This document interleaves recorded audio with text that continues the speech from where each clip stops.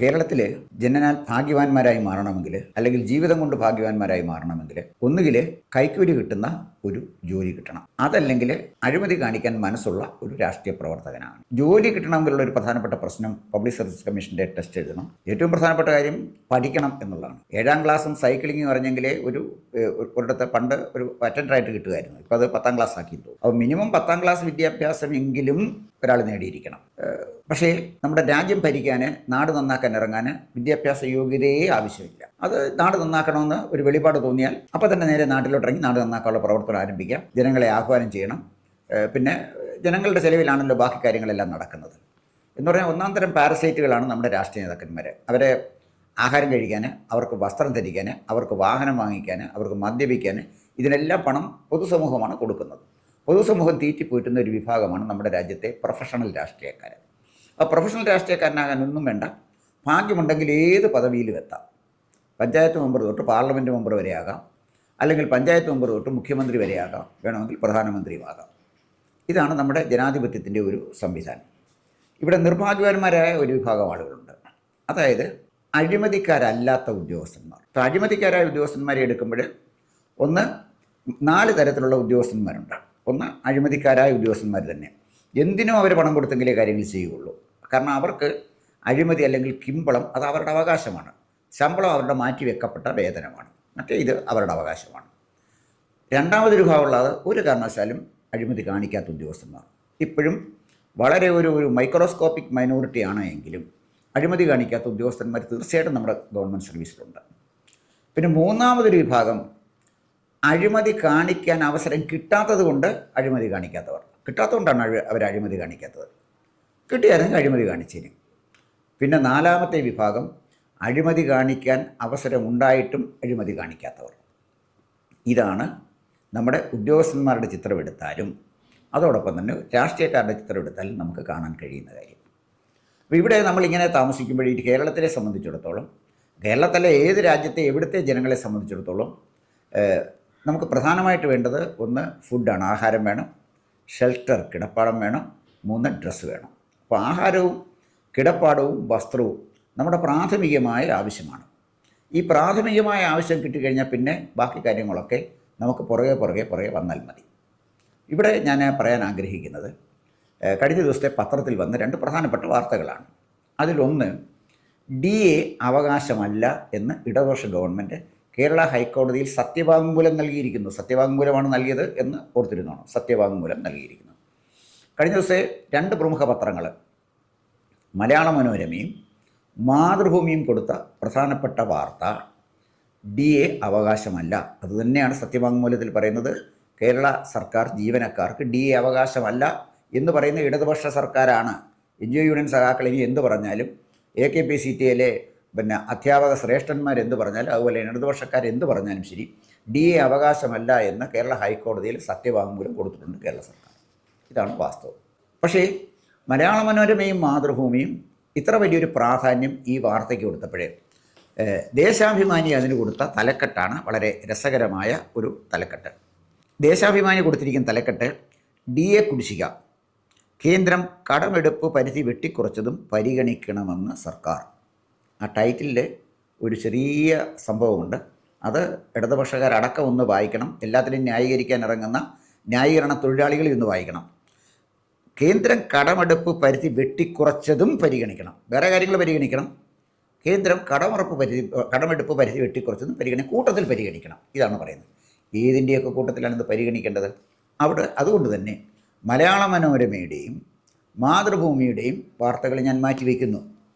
അവർ ഒരു ഇടതുപക്ഷ വിരുദ്ധ സിൻഡിക്കേറ്റിൻ്റെ ഭാഗമാണ് എന്ന് ഇടതുപക്ഷക്കാർ പറയും. അതുകൊണ്ട് തന്നെ അവരുടെ വാർത്തകളെ ഞാൻ മാറ്റിവെക്കുന്നു. പക്ഷേ ദേശാഭിമാനി വിപ്ലവകാരികളുടെ പത്രമാണ്. ആടിനെ വിറ്റ് ഒരു പ്രായമുള്ള ഉമ്മ പണം കൊടുത്ത് തുടങ്ങിയ ദേശാഭിമാനി പത്രം എന്നൊക്കെ വളരെ അഭിമാനത്തോടൊക്കെ പറയുന്നത് കേട്ടിട്ടുണ്ട്. എന്തായാലും ശരി, അതിലേക്ക് നമുക്ക് കാര്യങ്ങൾ വരാം. ഞാൻ ഈ ദേശാഭിമാനി പത്രത്തിലെ വാർത്ത മാത്രമാണ് ഒന്ന് ഫോക്കസ് ചെയ്യാൻ ആഗ്രഹിക്കുന്നത്. അപ്പോൾ ഈ ദേശാഭിമാനി പത്രത്തിലെ വാർത്തയിലെ പ്രധാനപ്പെട്ട കാര്യം മാത്രമേ ഞാൻ പ്രിയപ്പെട്ട പ്രേക്ഷകരുമായിട്ട് പങ്കുവെക്കുവാൻ ആഗ്രഹിക്കുന്നുള്ളൂ. അവർ പറയുന്നത് കേന്ദ്ര സർക്കാരിൻ്റെ സാമ്പത്തിക നയവും വായ്പാ നിയന്ത്രണങ്ങളുമാണ് സംസ്ഥാനത്തെ സാമ്പത്തിക പ്രതിസന്ധിക്ക് പ്രധാന കാരണം ഇത് പ്രധാന കാരണമാണല്ലോ. മറ്റു കാരണങ്ങളും ഉണ്ടല്ലോ. സാമ്പത്തിക പ്രതിസന്ധിക്ക് മറ്റു കാരണങ്ങളും ഉണ്ടായല്ലോ. തൂർത്തൊരു കാരണമല്ലേ? കെ എം എബ്രഹാമിനെ പോലെ BP ജോയിയെ പോലെ ഇഷ്ടക്കാരെ കൊണ്ടുപോയി നിയമിച്ച് കോടിക്കണക്കിന് രൂപ ആനുകൂല്യങ്ങൾ കൊടുക്കുന്നത് ഒരു കാരണമല്ലേ? മന്ത്രിമാർ സഞ്ചരിക്കുമ്പോൾ നൂറുകണക്കിന് വാഹനങ്ങളുടെ അകമ്പടിയോടെ പോകുന്നത് കാരണമല്ലേ? മനോരമയിലും മാതൃഭൂമിയിലും ഒക്കെ വന്ന വാർത്ത നമുക്ക് മനസ്സിലാക്കാം. കാരണം അവരെ പെറ്റി ബൂർഷകളും അല്ലെങ്കിൽ കുത്തക മുതലാളിമാരുമാണ്. അപ്പോൾ അവർക്ക് സ്വാഭാവികമായും ഒരു ഇടതുപക്ഷ ഗവൺമെൻറ്റിനെ അപകീർത്തിപ്പെടുത്താൻ കിട്ടുന്ന അവസരങ്ങളൊന്നും മാതൃഭൂമിയും മനോരമയും വെറുതെ വിടില്ല എന്ന് നമുക്കങ്ങ് വിചാരിക്കാം. അതുകൊണ്ട് തന്നെ അവരുടെ ടൈറ്റിൽ, അതായത് DA അവകാശമല്ല എന്ന് പറഞ്ഞ് ടൈറ്റിൽ നമുക്ക് വിടാം. മറിച്ച് ദേശാഭിമാനി എടുത്ത ടൈറ്റിലാണ് നമ്മളൊന്ന് കാണുന്നത്. ഞാൻ ദേശാഭിമാനി പത്രത്തിൽ വന്ന ഈ വാർത്തയുടെ ടൈറ്റിൽ ഞാൻ പറയാം. DA കുടിശ്ശിക, കേന്ദ്രം കടമെടുപ്പ് പരിധി വെട്ടിക്കുറച്ചതും പരിഗണിക്കണമെന്ന് സർക്കാർ. ഈ വാർത്ത വന്നത് ദേശാഭിമാനിയുടെ 10ാമത്തെ പേജിലാണ്. DA അവകാശമല്ല എന്ന് മനോരമയിലും മാതൃഭൂമിയിലും വന്നത് ആദ്യത്തെ പേജിൽ തന്നെയാണ്, ഫേസിംഗ് പേജിൽ തന്നെയാണ് അത് വന്നിരിക്കുന്നത്. അപ്പോൾ മുൻ പേജിൽ വലിയ പ്രാധാന്യത്തോടാണ് മനോരമയും മാതൃഭൂമിയും അത് കൊടുത്തപ്പോൾ ദേശാഭിമാനി 10ാമത്തെ പേജിൽ തികച്ചും അപ്രധാനപ്പെട്ട ഒരു വാർത്തയായിട്ട് കൊടുത്തെങ്കിലും ഇടതുപക്ഷക്കാർക്കൊരു സന്തോഷമാവട്ടെ എന്ന് വെച്ച് ഈ അവകാശങ്ങൾ എടുത്തു കളഞ്ഞു എന്ന് പറഞ്ഞത് കൊടുത്തത് ചുമന്ന അക്ഷരത്തിലാണ്. അത്രയൊരു ആശ്വാസമുണ്ട്. അവിടെയും ഒരു ചെങ്കൊടിയുടെ കളർ കൊടുത്ത് അതിനെ ഒരു സോഷ്യലിസ്റ്റ് നടപടിയാക്കി ചിത്രീകരിക്കാൻ തീർച്ചയായിട്ടും ദേശാഭിമാനിക്ക് കഴിഞ്ഞു. അപ്പം ഈ ദേശാഭിമാനിയുടെ വാർത്തയിലേക്ക് നമുക്കൊന്ന് പോകാം. ദേശാഭിമാനി വാർത്ത പറയുന്നത് അത് കൃത്യമായി ഇടതുപക്ഷക്കാരുടെ കേൾക്കേണ്ട ഒരു കാര്യമാണ്.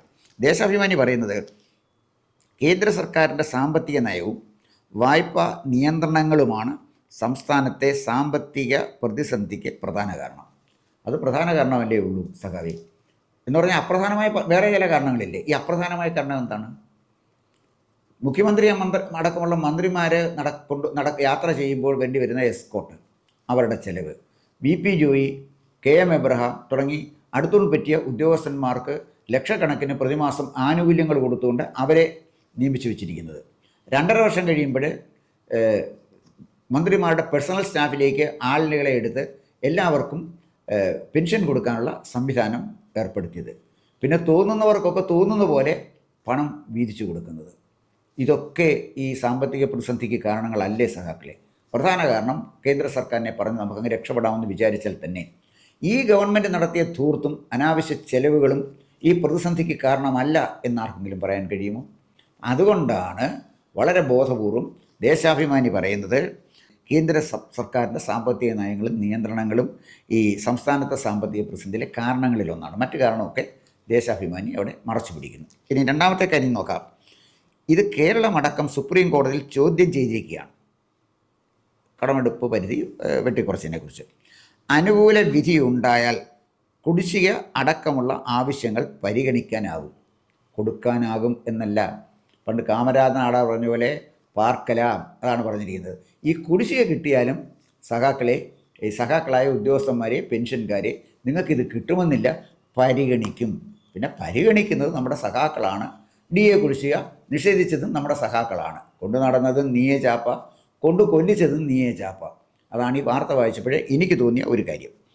ഇനിയും അടുത്തതാണ് വളരെ പ്രധാനപ്പെട്ട ഒരു കാര്യം. ഇത് ദേശാഭിമാനി പറയുന്നതാണെന്ന് ആലോചിച്ചോണം. സർക്കാരിന് സമൂഹത്തിൻ്റെ വിശാല താല്പര്യം പരിഗണിക്കേണ്ടതുണ്ട്. അപ്പോൾ സർക്കാർ നമ്മുടെ രാജ്യത്തിൻ്റെ, നമ്മുടെ സംസ്ഥാനത്തെ ജനങ്ങളുടെ വിശാല താല്പര്യം പരിഗണിക്കുമ്പോൾ കണ്ട വലിയൊരു പ്രതിസന്ധി ഈ DA കുടിശ്ശികയാണ്. അപ്പോൾ DA കൊടുക്കുന്നതാണ് പ്രശ്നം. അപ്പോൾ നമ്മുടെ സംസ്ഥാന സർക്കാരിൻ്റെ, ജനങ്ങളുടെയും സംസ്ഥാന സർക്കാരിൻ്റെയും വിശാലമായ താല്പര്യം പരിഗണിക്കേണ്ടതുണ്ട്. അങ്ങനെ പരിഗണിക്കുമ്പോൾ DA ഒരു അവകാശമാണെന്ന് പറയാൻ പറ്റില്ല സഖാക്കളെ എന്നാണ് കൃത്യമായി കമ്മ്യൂണിസ്റ്റ് പാർട്ടി ഓഫ് ഇന്ത്യ മാർക്സിസ്റ്റിൻ്റെ നേതൃത്വത്തിലുള്ള ഇടതുപക്ഷ ജനാധിപത്യ മുന്നണിയുടെ സർക്കാർ അർത്ഥശങ്കയ്ക്കിടയില്ലാത്ത വിധത്തിൽ സത്യവാങ്മൂലം നൽകിയിരിക്കുന്നത്. അതിനെക്കുറിച്ച് പ്രത്യേകിച്ച് ഒരു തർക്കത്തിൻ്റെയോ വാദത്തിൻ്റെയോ ആവശ്യമില്ല. ഇനി അടുത്തതിലേക്ക് പോവാം. അടുത്ത പിന്നെയും വരുന്നുണ്ട്. ഇതിന് സമയക്രമം നിശ്ചയിക്കാനാകില്ല. DA കൊടുക്കുന്നതിന് സമയക്രമമൊന്നും നിശ്ചയിക്കാൻ പറ്റുകയില്ലെന്നാണ് പറയുന്നത്. എന്ന് പറഞ്ഞാൽ കല്യാണത്തിൻ്റെ സമയക്രമമുണ്ട്, നിശ്ചിത സമയമുണ്ട്. ഇത്ര മണിക്കും ഇടയ്ക്കുള്ള ശുഭമുഹൂർത്തത്തിലേ കല്യാണം നടത്താനൊക്കത്തുള്ളൂ. അല്ലെങ്കിൽ പിന്നെ എല്ലാ ദിവസവും വരുന്ന അഭിജിത്ത് മുഹൂർത്തമുണ്ട്, അപ്പോൾ എപ്പോൾ വേണമെങ്കിലും നടത്താം. ഇവിടെ ശുഭമുഹൂർത്തവുമില്ല, അഭിജിത്ത് മുഹൂർത്തവുമില്ല, സമയപരിധിയേ ഇല്ല. സമയപരിധി നിശ്ചയിക്കാൻ പറ്റില്ല എന്ന് പറഞ്ഞാൽ സർക്കാരിന് തോന്നിയാൽ കൊടുക്കും, തോന്നിയില്ലേ കൊടുക്കത്തില്ല. എത്ര മനോഹരമായിരിക്കുന്നു വിപ്ലവം. ജനകീയ ജനാധിപത്യ വിപ്ലവത്തിലേക്ക് നമ്മൾ വളരെ അടുത്ത് കഴിഞ്ഞല്ലോ. ഇനിയും വരുന്ന അടുത്തതുണ്ട്. സർക്കാർ പുതിയ രീതി നടപ്പാക്കിയെന്നും അത് ഉത്തരവിൽ പരാമർശിക്കുന്ന തീയതി മുതലാണ് പ്രാബല്യമുണ്ടാകുക എന്നും സത്യവാങ്മൂലത്തിൽ വ്യക്തമാക്കി. അപ്പോൾ DA അനുവദിക്കുന്ന കാര്യത്തിൽ സർക്കാർ പുതിയ രീതി നടപ്പിലാക്കി. എന്താണ് നടപ്പിലാക്കിയത്? സർക്കാർ കുടിശ്ശികയൊക്കെ എങ്ങനെ കിടക്കും, എന്ന് തൊട്ട് കൊടുക്കുന്നു അന്ന് കൊടുത്തു തരും. അത് കുടിശ്ശികയെക്കുറിച്ചൊന്നും പറയണ്ട, കിട്ടുന്നത് വാങ്ങിച്ചുകൊണ്ട് പോയിക്കൂ. ഇതാണ് സർക്കാരിൻ്റെ പുതിയ രീതി നടപ്പാക്കി എന്ന് ഈ സർക്കാർ പറയുമ്പോൾ എന്താണ്? പഴയ രീതി എന്തായിരുന്നു സഖാവേ? പഴയ രീതി DA കുടിശ്ശിക ഉണ്ടെങ്കിൽ ആ കുടിശ്ശിക അനുവദിക്കുകയോ ആ കുടിശ്ശിക പെൻഷനോടൊപ്പം ചേർക്കുക, ആ കുടിശ്ശിക നമ്മുടെ PF-നോടൊപ്പം ചേർക്കുകയോ ചെയ്യുന്നതായിരുന്നല്ലോ പഴയ രീതി. ആ രീതി നടപ്പിലാക്കി ജനകീയ ജനാധിപത്യ വിപ്ലവവും ദേശീയ ജനാധിപത്യ വിപ്ലവവും വളരെ വേഗം നടക്കണമെന്ന് രണ്ട് കമ്മ്യൂണിസ്റ്റ് പാർട്ടികളും ഒന്നിച്ചിരിഞ്ഞ് ആലോചിച്ച് രണ്ട് സഖാക്കളും കൂടെ തീരുമാനിച്ചതിൻ്റെ കാര്യം. അങ്ങനെ ഒന്നും തീരുമാനിക്കാൻ ഒക്കില്ല. അതിൻ്റെ പുതിയ രീതി എന്ന് പറയുന്നത് ഇപ്പോഴത്തെ ഞങ്ങളുടെ സ്റ്റൈൽ ഇതാണ്. അനുവദിക്കുന്ന തീയതി തൊട്ട് കിട്ടുന്നത് വാങ്ങിച്ചുകൊണ്ട് പോയിക്കോണം. അതാണ് പണ്ട് അടിയന്തരാവസ്ഥ കാലത്ത് പറഞ്ഞതുപോലെ നാവടക്കൂ പണിയെടുക്കൂ, ഇതൊന്നും ചോദിക്കണ്ട, മര്യാദയ്ക്ക് ജോലി ചെയ്ച്ച് വീട്ടിൽ പോയാൽ മതി എന്നുള്ളതാണ് ഇതിൻ്റെ ചുരുക്കം. വീണ്ടും വരുന്നുണ്ട്. ക്ഷാമബത്ത എപ്പോൾ നൽകണമെന്നത് സർക്കാരിൻ്റെ നയപരമായ തീരുമാനമാണ്. അല്ല, കോടതിക്കൊന്നും ഇതിനകത്തൊരു കാര്യമില്ല. എപ്പോൾ കൊടുക്കണമെന്ന് നയപരമായ തീരുമാനമാണ്, അത് സർക്കാർ തീരുമാനിക്കും. അപ്പോൾ കൊടുക്കണ്ടെന്ന് തീരുമാനിച്ചാൽ കൊടുക്കില്ല. ഇതാണ് ഇവിടുത്തെ സ്ഥിതി. അപ്പം അതുകൊണ്ട് നമുക്ക് മനസ്സിലാക്കേണ്ട ഒരു കാര്യം, തൽക്കാലം DA കുടിശ്ശിക മറക്കുക. കുറച്ചുകൂടെ കഴിയുമ്പോൾ DA എന്നുള്ള സങ്കല്പം തന്നെ മറക്കുക. എന്നിട്ട് സമൂഹത്തിൻ്റെ ഉന്നമനത്തിനായിട്ടും സംസ്ഥാനത്തിൻ്റെ വിശാല താല്പര്യങ്ങൾക്കായിട്ടും ഒരു ജനാധിപത്യ രാജ്യത്തെ വികസന പ്രവർത്തനങ്ങൾ ത്വരിതഗതിയിലാക്കേണ്ടതുകൊണ്ടും LDFനെ നിലനിർത്തേണ്ട ബാധ്യത രാജ്യത്തെ ജനങ്ങൾക്കുള്ളതാണ്, പ്രത്യേകിച്ച് സർക്കാർ ഉദ്യോഗസ്ഥന്മാർക്കുള്ളതാണ്. അപ്പം നിങ്ങളെ സർക്കാർ ഉദ്യോഗസ്ഥന്മാർക്ക് ഞാനും കൊടുത്തിട്ടുള്ളതാണ്. കൃത്യമായിട്ട് പാർട്ടിക്കകത്ത് പാർട്ടിയുടെ ലിപി കൊടുക്കണമായിരുന്നു. ലിപി കൊടുത്തായിരുന്നു ഒരു കാലത്ത് ഞങ്ങളൊക്കെ പാർട്ടികളെ തുറന്നിട്ടുള്ളത്. ഇപ്പോൾ എനിക്ക് തിരിഞ്ഞു നോക്കുമ്പോഴേ ഒരു പഴയ ഇടതുപക്ഷ പ്രവർത്തനം എന്നുള്ളതിൽ ലജ്ജ തോന്നുകയാണ്. അതായത് കോളേജ് അധ്യാപകരിൽ തന്നെ AKPCTയിൽ തന്നെ ഒരുമാതിരി ഞരമ്പ് രോഗമുള്ള സഖാക്കളും ഉണ്ടായിരുന്നു. അവരെ പാർട്ടി നേതാവ് എന്തു പറയുന്നു അത് ആപ്തവാക്യമായും സത്യമായും ധരിച്ച് ഉദ്ബോധിപ്പിക്കാൻ ഇറങ്ങുന്ന ചില പഴയ കാല അധ്യാപക സംഘടനാ നേതാക്കന്മാരുടെ ചിത്രമാണ് എനിക്ക് മനസ്സിൽ വരുന്നത്. അപ്പോൾ എവിടെയെങ്കിലും ഒരു ജാഥ പണിമുടക്കുമായിട്ട് ബന്ധപ്പെട്ട് ജാഥ പോകുമ്പോൾ വഴിയരികിൽ നിന്നുകൊണ്ട് അഭിവാദ്യങ്ങൾ സമരസഖാക്കൾക്ക് അഭിവാദ്യങ്ങൾ എന്ന് വിളിക്കണം. അപ്പോൾ കടന്നു പോകുന്ന സമരസഖാക്കൾ പറയും പ്രത്യഭിവാദ്യം. ഇപ്പോൾ അഭിവാദ്യവുമില്ല, പ്രത്യഭിവാദ്യവുമില്ല, ഒന്നുമില്ല, താ കിടക്കുന്നു. DA എന്ന് പറയുന്നത് സർക്കാർ ഉദ്യോഗസ്ഥന്മാരുടെ അവകാശമല്ലെന്നും അതെപ്പോൾ കൊടുക്കണമെന്ന് തീരുമാനിക്കേണ്ടത് ഗവൺമെൻറ്റിൻ്റെ നയപരമായ തീരുമാനമാണ് എന്നും കൃത്യമായി പറഞ്ഞപ്പോൾ ഇതിനെക്കുറിച്ച് NGO യൂണിയൻ നേതാക്കന്മാർക്ക്, ഗസറ്റഡ് ഓഫീസേഴ്സ് അസോസിയേഷൻ്റെ നേതാക്കന്മാർക്ക്, AKPCTയുടെ നേതാക്കന്മാർക്ക്, ഞാൻ കുറേ കാലം AKPCTയിലാണ് ഉണ്ടായിരുന്നത്. അതിനകത്ത് ഈ തലയ്ക്ക് പിടിച്ച അസ്ഥിയെ പിടിച്ച കമ്മ്യൂണിസം അസ്ഥിയെ പിടിച്ച് വിജൃംഭിക്കുന്ന ചില സഖാക്കളുണ്ടായിരുന്നു, അധ്യാപകരുണ്ടായിരുന്നു. അപ്പോൾ ഇവരൊക്കെ എന്തായാലും ഈ പുതിയ ഉത്തരവോടുകൂടി വയറ് നിറച്ചു കിട്ടി ഇനിയും കിടന്ന് അവർക്ക് സുഖമായിട്ട് ഉറങ്ങാം എന്ന് പറഞ്ഞാൽ കാലാകാലങ്ങളിലായി സർക്കാർ ജീവനക്കാർ സമരം ചെയ്ത് നേടിയ വലിയ ഒരു ആനുകൂല്യം യാതൊരു മനസാക്ഷിയുമില്ലാതെ തകർത്ത് കളയുകയാണ് ഇടതുപക്ഷ മുന്നണി ചെയ്തത് എന്ന് ഞാൻ പറയുന്നത് മലയാള മനോരമയും മാതൃഭൂമിയും മുന്നിൽ വെച്ചുകൊണ്ടല്ല, സാക്ഷാൽ ദേശാഭിമാനി മുന്നിൽ വെച്ചുകൊണ്ടാണ്. ഇതാണ് ഇതിൻ്റെ ഒരവസ്ഥ. ഇതാണ് ഇതിൻ്റെ വാസ്തവമായ ഒരു സ്ഥിതി. ഇനി അടുത്ത കാര്യത്തിലേക്ക് പോകാം. ഇതിനോടൊപ്പം തന്നെ വേറൊരു വാർത്ത, ഭയങ്കര സന്തോഷമുള്ള ഒരു വാർത്ത നമുക്ക് കിട്ടി. അതായത് ഈ തടവുകാർക്ക്, ജയിലിൽ കിടക്കുന്ന തടവുകാർ, ഒരുപാട് പാവം പിടിച്ച നല്ല മനുഷ്യർ ജയിലിൽ കിടപ്പുണ്ട്. അവർക്ക് ഇതുവരെ കിട്ടിയിരുന്ന ദിനം പ്രതിയുള്ള വേതനം 168 രൂപയായിരുന്നു.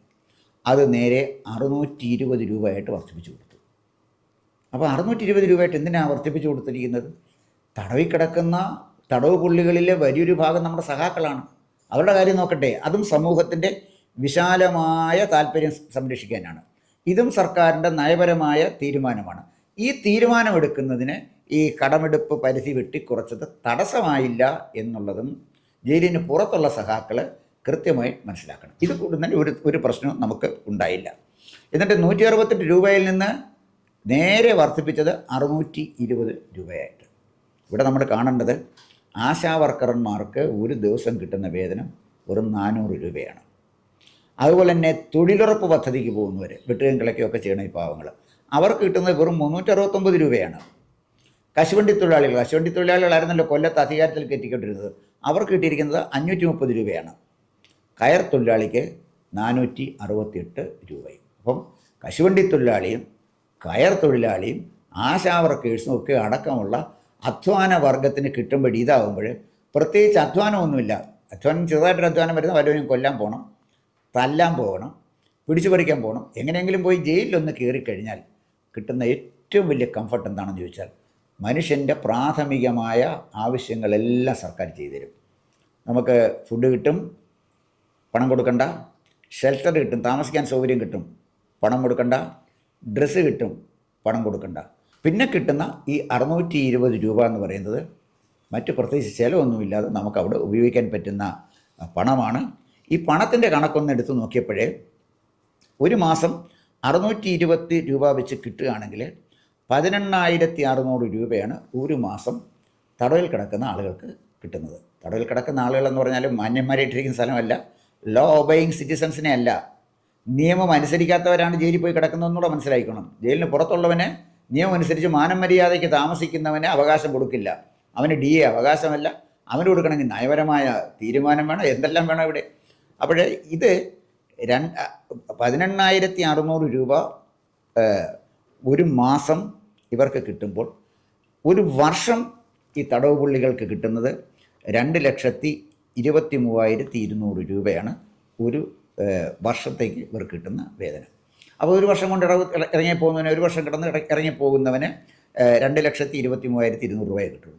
പക്ഷേ കൊടും കുറ്റവാളികളുണ്ടല്ലോ, കുറഞ്ഞ പക്ഷേ ഒരു കൊലപാതകമെങ്കിലും ചെയ്ത് അകത്ത് പോയാൽ മിനിമം 10 വർഷം വേണം. കൊലപാതകം ചെയ്തു പോയാൽ ശിക്ഷയൊന്നും കിട്ടത്തില്ല, കഴിഞ്ഞ ഒരാഴ്ചയ്ക്ക് ജാമ്യം എടുത്ത് പോരാം, അതിന് കുഴപ്പമില്ല. എങ്കിലും 10 വർഷം ശിക്ഷിക്കപ്പെട്ടാൽ കിട്ടുന്നത് 22,30,000 രൂപയാണ് വരുമാനം കിട്ടുന്നത്. എന്ന് പറഞ്ഞാൽ അധ്വാനിച്ച് ജീവിക്കുന്നവൻ്റെ അധ്വാനത്തിന് വില പേശി അത് നോക്കി സർക്കാരിൻ്റെ സമീപനം പറയുന്നു, സർക്കാരിൻ്റെ നയമാണെന്ന് പറയുന്നു, കേന്ദ്ര സർക്കാർ പിന്നെ കടമെടുക്കുന്നതിൻ്റെ പരിധി വെട്ടിക്കുറച്ചാണെന്ന് പറയുന്നു. ഇതൊന്നും ബാധകമല്ലാത്ത ഭാഗ്യവാന്മാർ ജയിലിൽ കിടക്കുന്നു. അപ്പോൾ സുഖമായി കേരളത്തിൽ ജീവിക്കാൻ പറ്റിയ ഏറ്റവും നല്ല സ്ഥലം, കറണ്ട് ചാർജ് കൊടുക്കാതെ, സ്ഥലത്തിന് നികുതി കൊടുക്കാതെ, ഒന്നും കൊടുക്കാതെ നല്ല ഭക്ഷണം, മട്ടൺ ഫ്രൈയും ചിക്കൻ റോസ്റ്റും ഒക്കെയാണ് നല്ല ഒന്നാന്തരം ഫുഡാണ്. അതൊന്നും വെച്ച് നമുക്ക് ആഹാരം നാട്ടിൽ സാധാരണക്കാരന് കഴിക്കാനൊന്നും പറ്റില്ല. ഇതൊക്കെ ഭക്ഷിച്ച് സുഖമായി വിശ്രമിച്ച് ജീവിക്കാൻ നിങ്ങൾ ആഗ്രഹിക്കുന്നുവെങ്കിൽ എങ്ങനെയെങ്കിലും ജയിലിലേക്ക് പോവുക. പുറത്തുള്ള ജീവിതം ദുസ്സഹമാണ് എന്നുള്ളതാണ് സമകാലിക കേരളത്തിലെ കാര്യങ്ങൾ പരിശോധിച്ചാൽ, സാമൂഹ്യ ജീവിതം പരിശോധിച്ച് നോക്കിയാൽ മനസ്സിലാക്കാൻ കഴിയുന്നത്. ഈ സ്ഥിതിയിലേക്ക് നമ്മുടെ സംസ്ഥാനത്തെ കൊണ്ടെത്തിച്ച എല്ലാ സഹാക്കൾക്കും എൻ്റെ ലാൽസലാം. കൂടുതൽ വാർത്തകളും വിശേഷങ്ങളും നേരിട്ട് ലഭിക്കാൻ ജനങ്ങളിൽ നിന്ന് ജനങ്ങളിലേക്ക് ജനഭൂമി ന്യൂസ് സബ്സ്ക്രൈബ് ചെയ്യൂ. ബെൽ ബട്ടൺ അമർത്താനും മറക്കരുത്.